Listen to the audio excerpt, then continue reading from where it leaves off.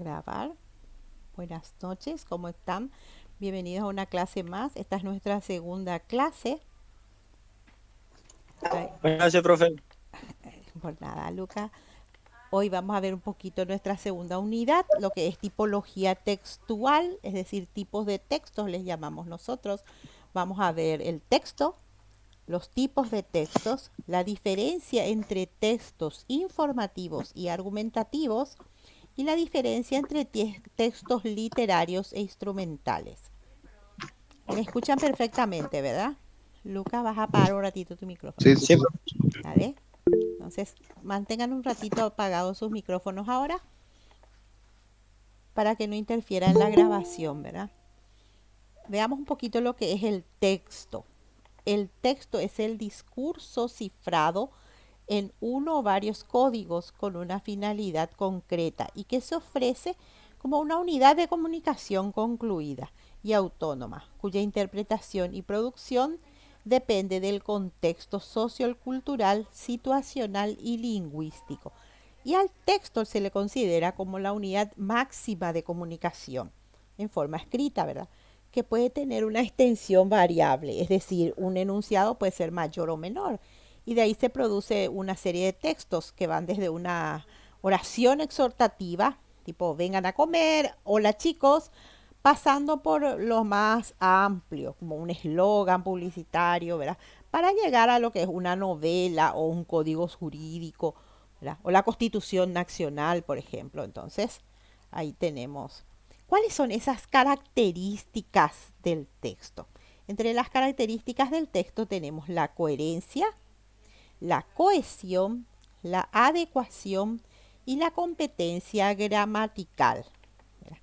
Esas son las características del texto. ¿Verdad? Primero, coherencia, es decir, el texto, cuando ustedes vean la grabación que hemos preparado con la profe Adriana, muy bien, ella explica ahí lo que es la coherencia, ¿verdad? Que tenga sentido. La cohesión, que se unan los párrafos, ¿verdad? La adecuación es que se tenga en cuenta la intención comunicativa y la competencia gramatical es que sin errores de ortografía o sin errores que se presten a confusión de acuerdo al contexto, por ejemplo, ¿verdad? Entonces, esas son las características que tiene que reunir un texto. Veamos un poquito los que son los tipos de textos. Tenemos los textos informativos, que a su vez se vuelven a clasificar en tres. Después tenemos que son los informativos periodísticos, los informativos de opinión, ¿verdad? Después tenemos los textos argumentativos, los textos literarios y los textos instrumentales. Aquí llamamos textos informativos. ¿Ya? Textos informativos es aquel donde emisor, que es el escritor, da a conocer brevemente hechos o circunstancias reales o algún tema en particular al receptor. Es decir, lo que el emisor le pasa a través de un mensaje para el receptor. Eso es un texto. ¿Verdad? Generalmente generalmente son narraciones informativas de hechos actuales y que se narran en forma objetiva. Una de las características de los textos informativos es que tiene que ser objetivo, ¿verdad? No puede entrar a tallar como digamos, la subjetividad. No puedo poner mi opinión, ¿verdad? Esa es una de las características de los textos informativos, ¿verdad? En No muchos puedo alterar el hecho. no tendría que alterar el hecho. Se supone que por eso actualmente ya no, a lo que se da como informativo, a los noticieros, ya no se le llama tanto informativo, se le llama noticias nomás, ¿verdad? ¿Por qué? Porque una de las características del texto informativo es que debe ser objetivo. Por ejemplo, decir, ocurrió un accidente a las 15:45 fueron involucrados un automóvil marca tal, año tal, guiado por fulano de tal, ¿verdad? Contra la motocicleta guiado por el señor Gustavo Adolfo Pérez, de 25 años, residente en Loma Puta. Ah, sí, eso es un texto informativo. ¿Por qué? Porque no dice que uno iba a gran velocidad, porque ¿cómo sabemos si uno iba a gran velocidad? Solamente si figura que quedó el velocímetro a tal. Se supone también, ¿verdad?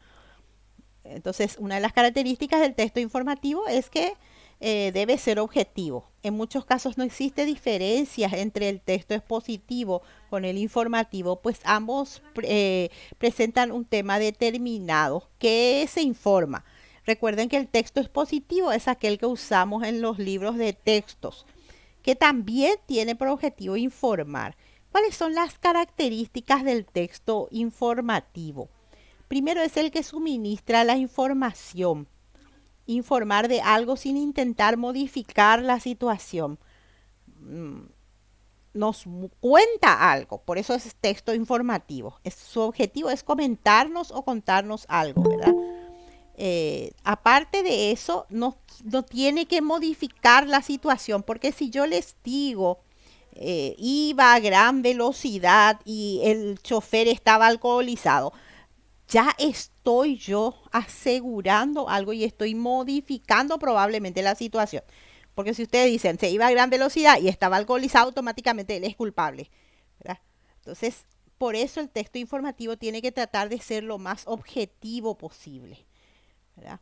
El uso de sus oraciones normales, las oraciones que se usan en un texto informativo normalmente son afirmativas o son negativas, ¿verdad? Porque en los dos expresa objetividad, ya sea afirmando o negando, ¿verdad? Son las 18:12 no son las 17. Esas son afirmativas y negativas, ¿verdad? Al enunciar yo no estoy siendo subjetiva. El uso de la lengua debe ser, del lenguaje que se utiliza en el texto informativo, debe ser claro, sencillo, preciso, objetivo, coherente y directo. Como les decía, ocurrió un percance, ¿verdad? O saldremos esta noche. ¿Mm? Eh, como hace fresco, de veras, como ya la temperatura está alrededor de 17 grados, es conveniente que lleves ropa más abrigada. Punto. No te está diciendo si querés llevar, si no, no lleves. Te da una exposición, ¿verdad? Se emplea el lenguaje informativo. Normalmente se emplea en los libros de textos, en las conferencias, en las exposiciones, en los informes, en los avisos, en los periódicos, en las revistas y en las correspondencias de tipo comercial o tratados científicos. ¿Por qué? Porque es el lenguaje más objetivo. Nosotros no nos dejamos llevar por la subjetividad, por nuestras opiniones. Entonces decimos lo que tiene que suceder. ¿Comprenden? Entonces por eso. ¿Cuáles son los tipos de textos informativos? Y ahí tenemos los textos informativos periodísticos, como el que le estaba diciendo yo recién, donde narra un texto periodístico, algo que sucedió, alguna noticia, un texto informativo científico y un texto informativo expositivo. Esos tres tipos son textos informativos. Entonces tenemos textos informativos periodísticos, textos informativos científicos y textos informativos expositivos.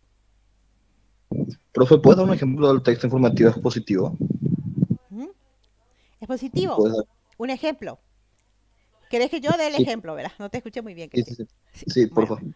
Un texto expositivo expositivo es aquel, por ejemplo, que usas en los libros de textos. El agua. ¿Verdad? El agua es el líquido vital.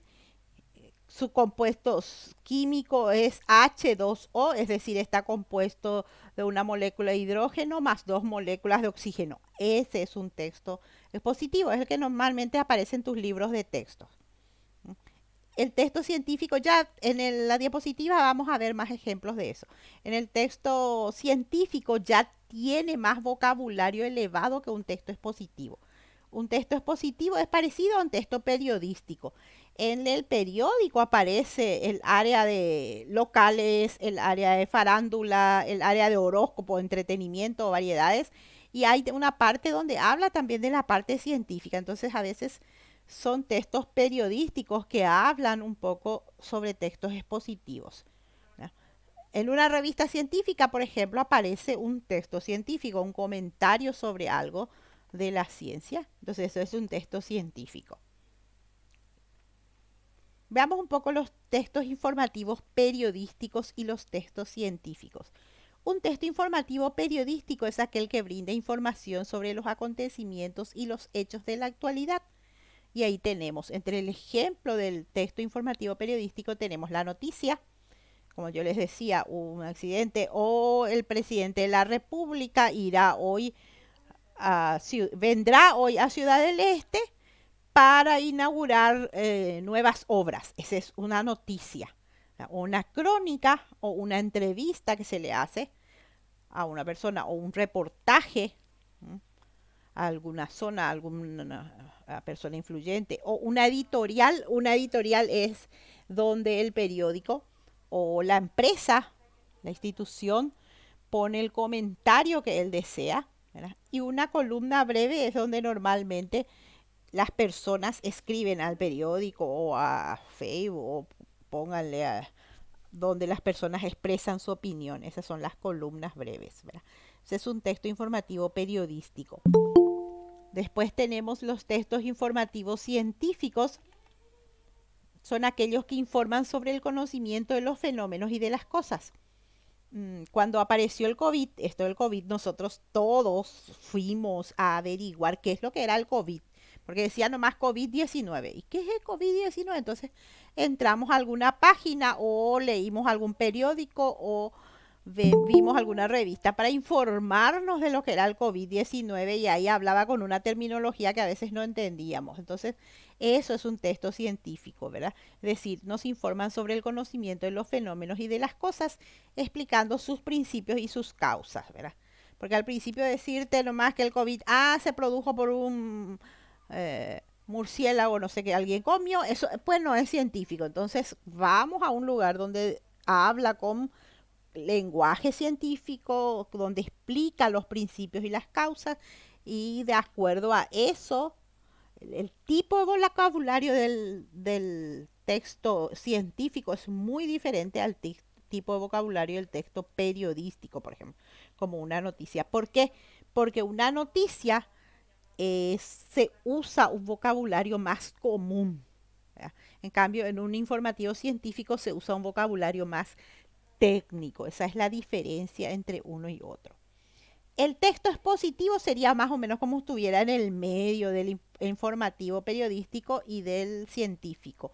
El texto expositivo son aquellos que proporcionan informaciones sobre determinadas cosas que suceden, sean fenómenos o sea hechos, los cuales describe, explica y ejemplifica, ¿verdad? Normalmente se encuentran por eso los textos expositivos entre los textos escolares o didácticos, como la matemática, las ciencias naturales, las ciencias sociales, las ciencias económicas, etcétera, ¿verdad? Un texto expositivo es aquel que nos cuenta algo, pero normalmente nos cuenta alguna novedad que ha sucedido. Como yo les digo, ¿cómo ustedes van a diferenciar entre un informativo periodístico, un expositivo y un científico? Por el nivel del lenguaje.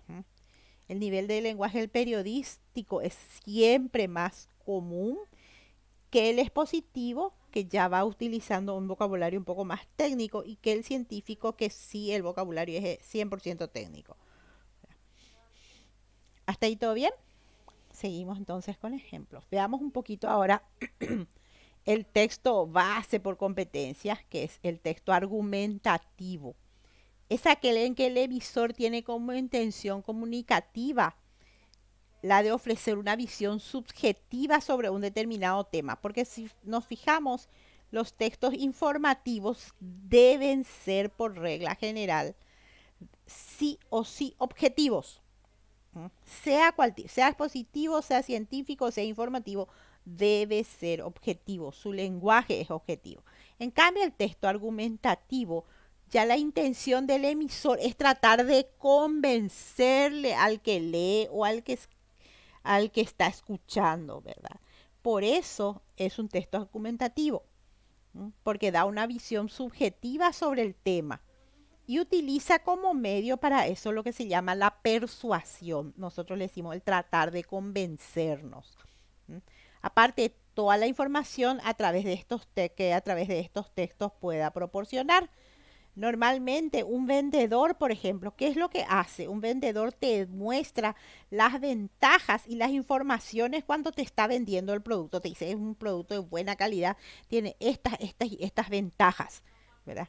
Pero te está tratando de convencer, ¿verdad?, de que vos necesitas eso. A lo mejor ni siquiera necesitas. Es como cuando les quieren vender un teléfono celular de última gama o de la última tecnología.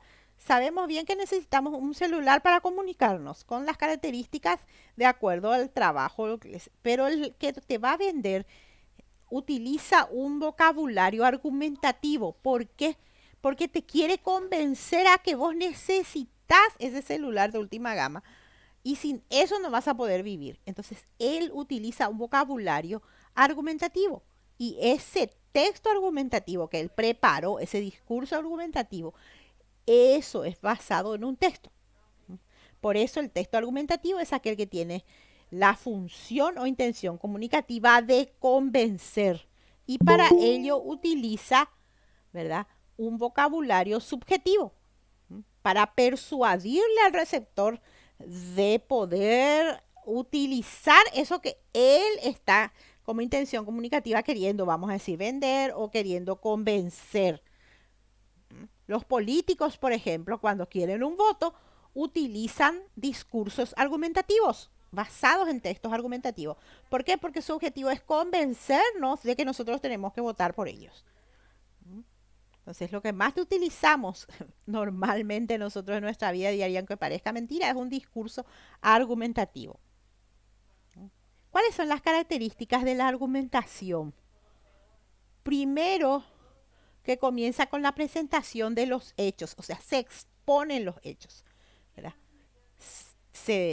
Si ustedes escuchan, por ejemplo, la gente que vende Claro te habla y te explica el producto y después continúa con las razones que justifican esa postura frente a los hechos, es decir, te argumenta el por qué tenemos que adquirir ese producto, si es en el caso de una venta de producto, si es en el caso de un político, de por te expone que él es un político y te explica por qué, te argumenta por qué se debería votar con él, por él, ¿verdad? Es decir, muestra la presencia del emisor, se manifiesta en primera persona, en los hechos políticos, por ejemplo, dice, yo soy un buen candidato por eso. Y el destinatario en las formas que el emisor incluye para dirigirse a él, ¿verdad? Es decir, nos muestra a un emisor que nos expone unos hechos y unos argumentos de por qué se tiene que dar ese hecho. Y el caso del político es el caso más plausible porque se presenta, habla, expone su vida, expone lo que él quiere hacer y nos dice por qué tenemos que votar por él, ¿verdad?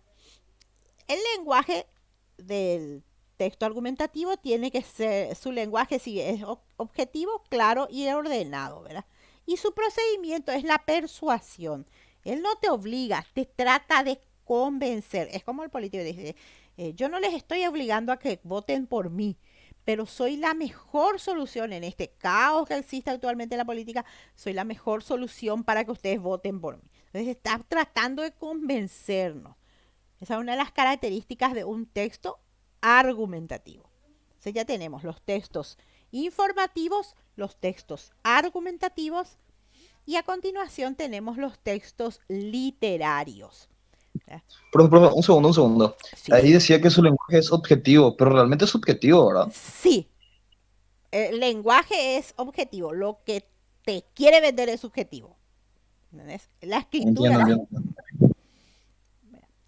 el lenguaje, perdón, el texto literario, ¿verdad?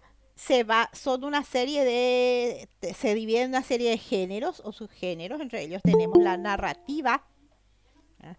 Y en la narrativa tenemos, por ejemplo, a la novela, a las anécdotas, ¿verdad?, a los cuentos, a las fábulas, a las leyendas. Todas esas son narrativas, porque es dentro del género narrativo. ¿Por qué? Porque nos cuentan cosas. El género narrativo es el género que más se utiliza dentro del ámbito literario. Entran las historias, entran las novelas, los cuentos, las fábulas, las parábolas. Todos esos son géneros narrativos, perdón, porque nos cuentan algo.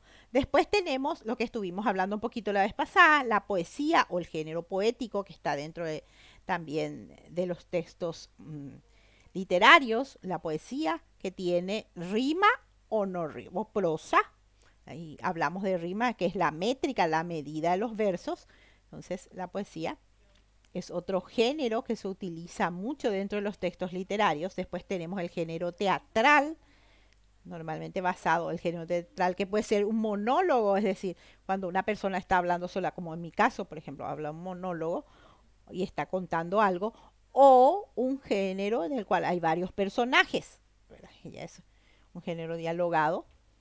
Después tenemos el ensayo, que es donde una persona habla sobre un hecho determinado, rebatiendo ideas de varias posturas. Y por último tenemos el de la libertad creativa, es donde uno ejercita cualquiera de estos géneros.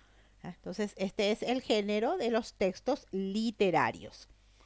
El más utilizado es la narrativa, ¿verdad? Y el ensayo. Para nosotros en la Politécnica, por las características, vuelvo a repetir, por las características de las carreras que tenemos, son la narrativa, el ensayo y la libertad creativa, ¿verdad? Estos tres. ¿Por qué? Porque somos una carrera más tecnológica.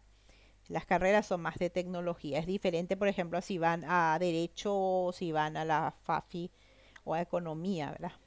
Donde usan otros tipos más de... ¿Cuáles son las diferencias entre los textos informativos y los textos literarios? La función predominante es la informativa, es decir, comunicar, transmitir o explicar una información. Desde ahí es la base o la semejanza, ¿verdad? Como tal, la función del lenguaje que está activa en un texto informativo es lo referencial o representativa, es decir, aquella donde el emisor elabora mensajes que están relacionados con su entorno o con objetos externos al acto comunicativo. Es el tipo de texto usual en los medios informativos como los periodísticos o de las revistas, ¿verdad? El texto informativo se diferencia del texto literario, es que no es movido por la necesidad, que el texto literario no es movido por la necesidad de informar, sino el texto literario se enfoca en el mensaje en sí y que este sea construido por la belleza para transmitir sensaciones, sentimientos y emociones. El texto informativo, su función, como dice, es informar, contarnos lo que sucede. En cambio, el texto literario ya es movido no por la necesidad de contar algo, por informar en sí, sino por mostrar el mensaje que nos quiere dar y por la belleza. De ahí la poesía. La poesía también encierra un mensaje, pero de por sí es bella porque tiene una rima perfecta que hace al sonido, el sonido en la pronunciación le gusta al oído. Y normalmente las poesías son aquellas que después se convierten en canciones por la medida de los versos. Entonces eso hace a la belleza. Esa es la diferencia entre un texto informativo y un texto literario. Los textos literarios se adecuan a la naturaleza de los géneros como la narrativa, la poesía, el teatro y el ensayo, que es lo que yo les había dicho, ¿verdad? Y aquí en estos, ¿cuál es la característica común? La belleza en el lenguaje o la estética del lenguaje. Por eso utiliza muchísimo lo que nosotros llamamos las figuras literarias. ¿Verdad? Por su parte, aquellos textos que no son literarios son más de género informativo, donde la referencia o la función conativa son los que mueven las otras intención comunicativa, como ser transmitir la información o divulgar conocimiento. O en el caso de un procedimiento, un manual de procedimientos o un manual de funciones, establecer normativas o convencer como el texto argumentativo para hacer alguna publicidad, ¿verdad?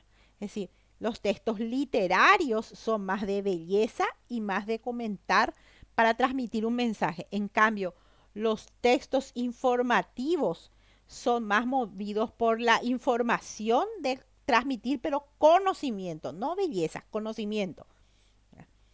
establecer las normativas, como en el caso de las leyes o los reglamentos, por ejemplo, o de hacer la publicidad. Veamos un poquito dentro de estos, aquellos textos donde más vamos a utilizar en el caso de que ustedes ingresen, por ejemplo, que son los textos instrumentales. Los textos instrumentales son aquellos que más utilizamos nosotros en función al empleo o el trabajo que realizamos. Salvo caso que seamos escritores, por ejemplo, que ahí diríamos en los literarios.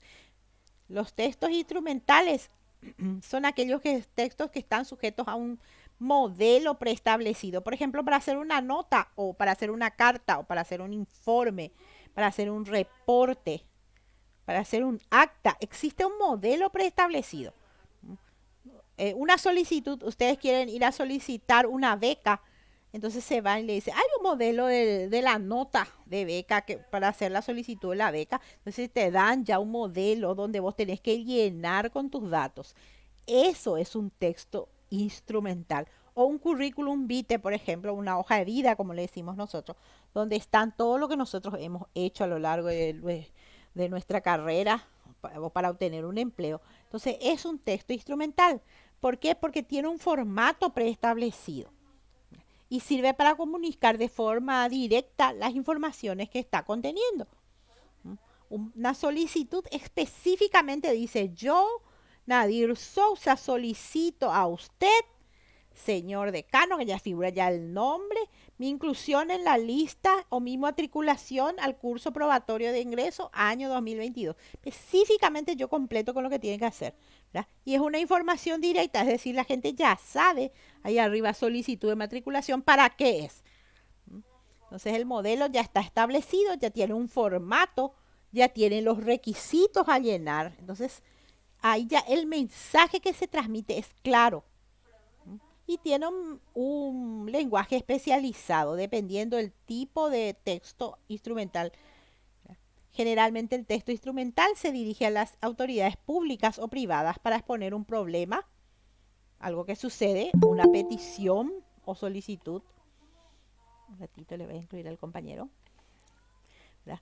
Y los superiores utilizan este texto instrumental también para dar a conocer una resolución o respuesta o hacer un comunicado, por ejemplo, una minuta, ¿verdad?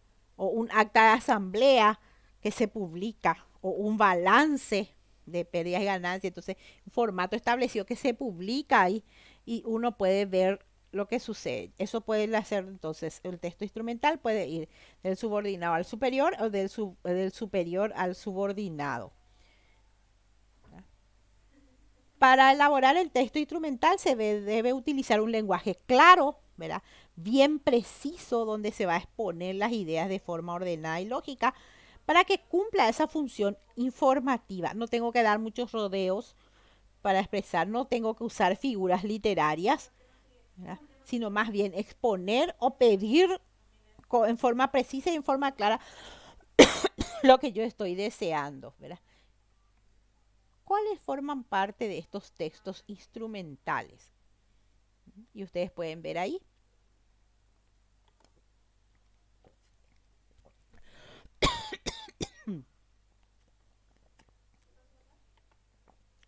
Las cartas y sobre todo las cartas formales. ¿Por qué dice cartas formales? Porque acá no entra la carta de amor que le hacemos nosotros a nuestros novios o novias. Por eso es una carta, por eso es una carta formal. Tenemos las actas o acta que se realiza, actas de reuniones. Tenemos las circulares. Tenemos el memorando. Tenemos el currículum, también llamado hoja de vida, ¿verdad? Estos son textos, algunos ejemplos de textos instrumentales. Veamos un poquito qué es el acta.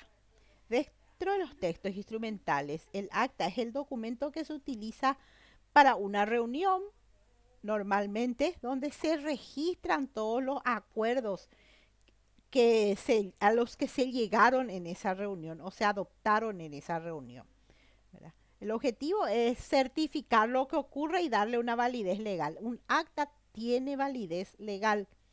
Tienen que firmarle todos los miembros Si no lo van a firmar, tiene que constar en el acta por qué se niegan a firmar y también se puede solicitar que se incluya en el acta algo que uno desea.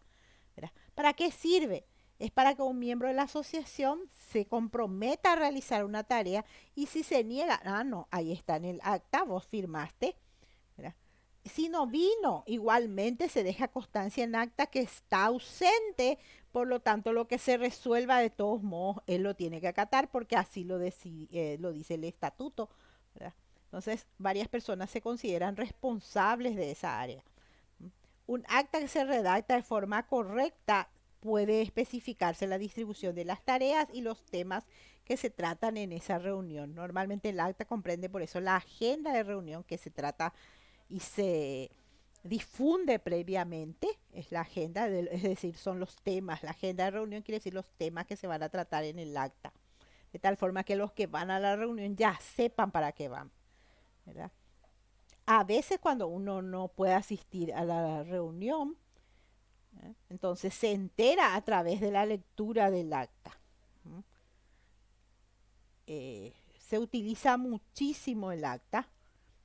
En todas las empresas el acta se utiliza para las reuniones, no solamente de socios, reuniones de trabajo también, donde se van a tomar compromisos o acciones sobre un determinado tema o posturas sobre un determinado tema, entonces se utiliza un acta para que quede labrada, decimos nosotros en el término, para que quede registrado las cosas los temas que se trataron y los acuerdos a los que se llegaron.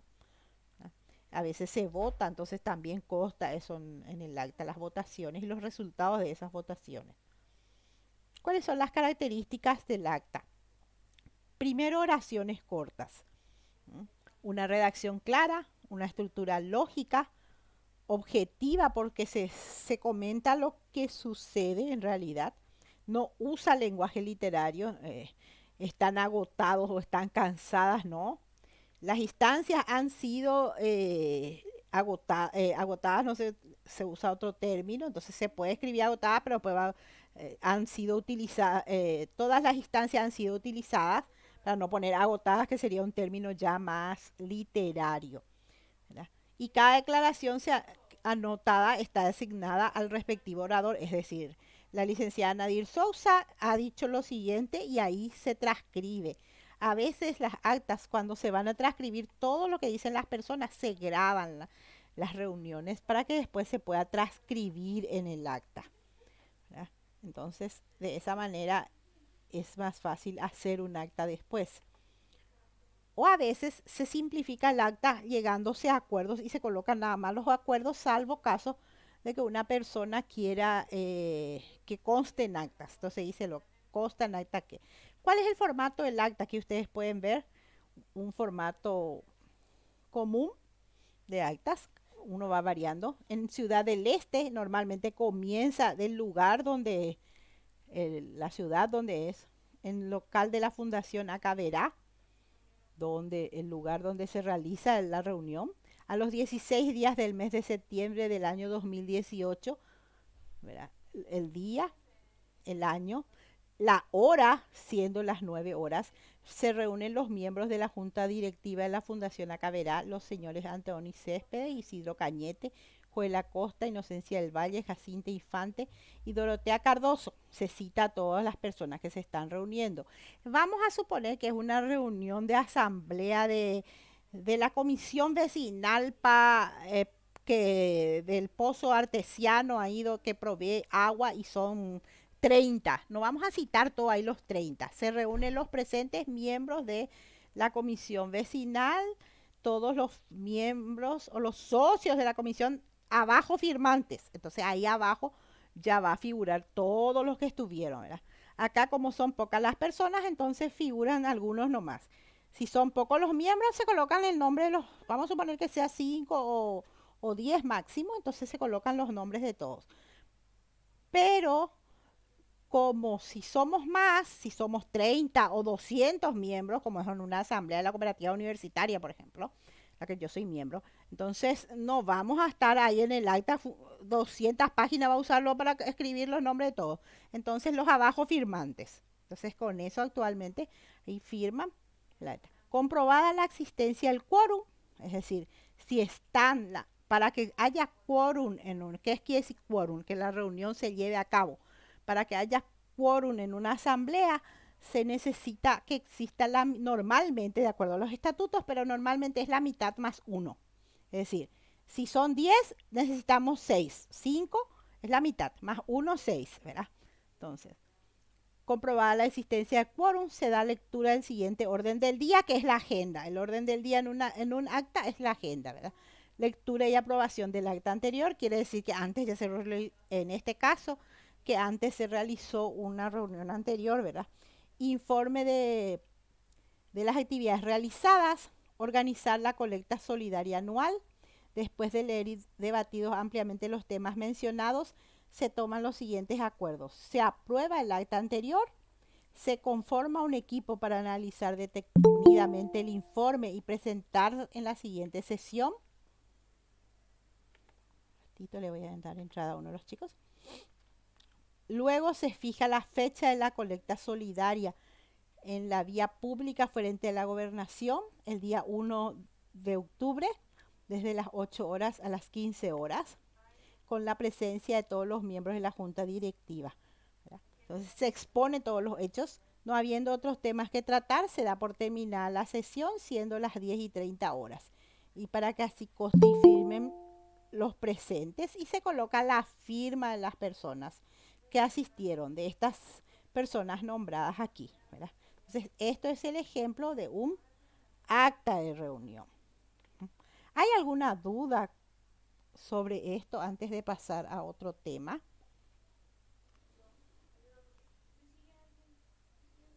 Chicos, ¿alguien tiene alguna duda?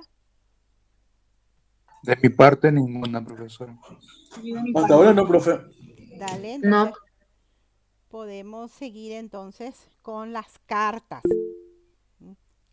Entonces las cartas ya son más, las cartas formales. ¿Por qué llamamos cartas formales? Porque como les había dicho, no es la carta que ustedes les envían a sus novios o como dicen ustedes, chico y yo, chica ahí, ¿verdad? Entonces, eh, las cartas formales es un documento cuyo contenido hace referencia a un tema institucional, ¿verdad?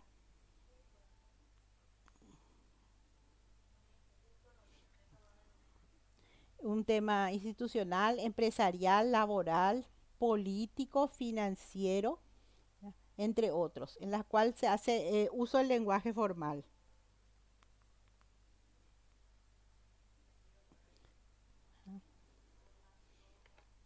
Las cartas se utilizan muchísimo. Y si ustedes ingresan, vamos a dar otra vez en el segundo periodo. En la asignatura se llama seminario profesional el tipo de cartas, ¿verdad? Acá citamos nomás nosotros como un tipo de texto. No vamos a redactar todavía ese tipo, ¿verdad? Pero si ustedes ingresan en la carrera, en seminario profesional, sí vamos a dar la redacción ya de este tipo de textos instrumentales, ¿verdad? Una carta consta de qué? Consta de la fecha, ¿verdad? Consta del saludo, ¿no? La identificación primeramente y después el saludo, ¿verdad? La fecha, la identificación y ahí señor licenciado Juan Pérez, director. Se pone el nombre, señor, y después se pone el título. Se pone el título máximo. Vamos a suponer que es un doctor, máster, profesor, licenciado, si tiene 3, 4. No, se coloca el título máximo nomás. Actualmente el título de doctor es en la academia, nosotros el título de doctor puede ser doctor en educación, puede ser doctor en economía, puede ser, no es doctor médico. En la academia no se le llama, al médico se le llama médico, al abogado no se le dice doctor, se le dice abogado, ese es su título, ¿verdad? Licenciado o ingeniero. Entonces, señor licenciado Juan Pérez, director, y abajo, acá en negrita, es la empresa, en este caso transportadora GSI. Después viene el saludo. Tengo a bien dirigirme a usted a los efectos de expresar mi interés a ser considerado para una pasantía en la empresa a su digno cargo. Es decir, acá ya se exponen los hechos, ¿verdad? la solicitud, el saludo y después automáticamente se coloca ya qué es lo que se desea. Y en el siguiente párrafo se expone por qué se desea eso.